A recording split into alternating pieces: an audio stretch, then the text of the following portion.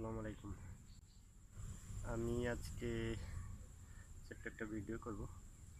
ভিডিওতে দেখাবো আপনাদের আমাদের লাউ ক্ষেতটা অনেকটা শখের বশে, বাণিজ্যিক ভিত্তিতেই।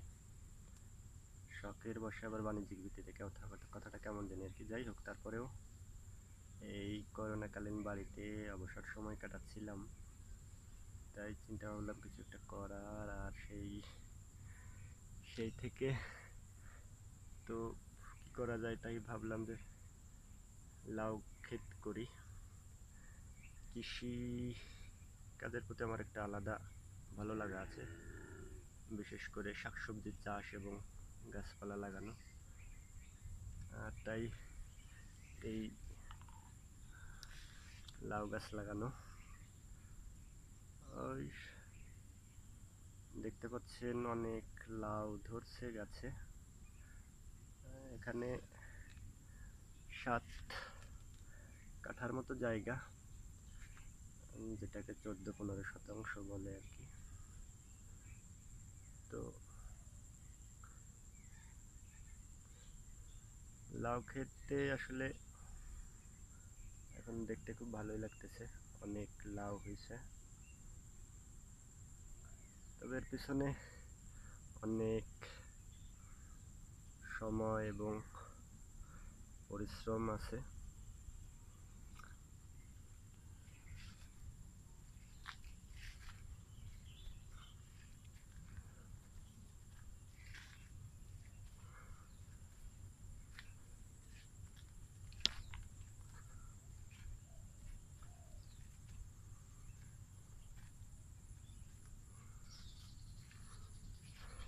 এইখানটাতে দেখতে পাচ্ছেন এক জায়গায় অনেকগুলা লাউ, আসলে দেখতে খুব ভালো লাগতেছে।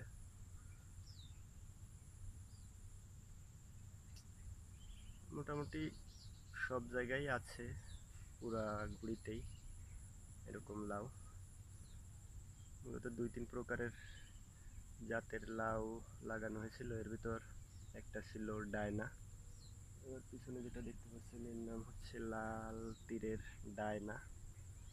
আরও আছে মেটাল এবং আরও 2-1টা জাত আছে। এদের ভিতর কিছু আছে একটু বড় হয়, কিছু আছে একটু ছোট হয়। এই যে লাউ জাতটা দেখা যাচ্ছে এটা হলো পপুলার।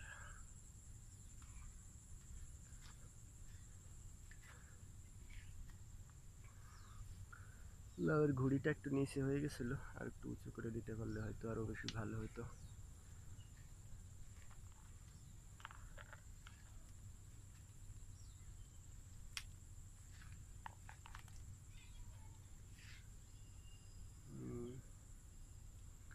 দেখেন আমার লাউ ক্ষেত।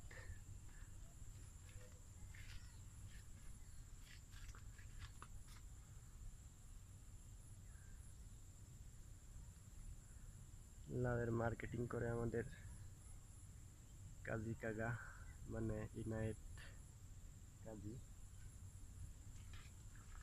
আর এছাড়া পরিচর্যার কাজে তিনি আছে, আমাদের ছোট ভাই আলাবি আছে। যাই হোক, দেখতেই পাচ্ছেন আমার লাউ ক্ষেত।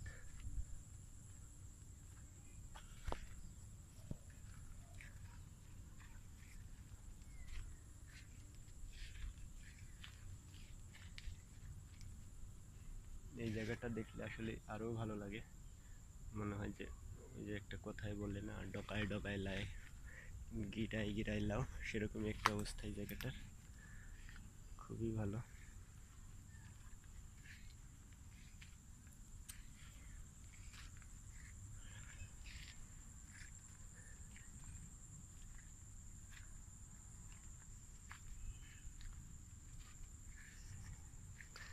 এই লাউ ক্ষেতের পিছনে প্রচুর সময় এবং পরিশ্রম আছে, অনেক অর্থেরও ব্যয় আছে।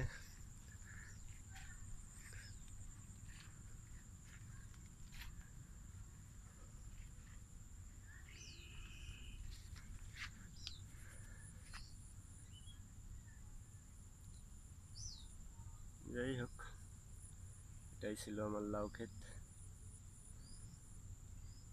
টাটা, আল্লাহ হাফেজ।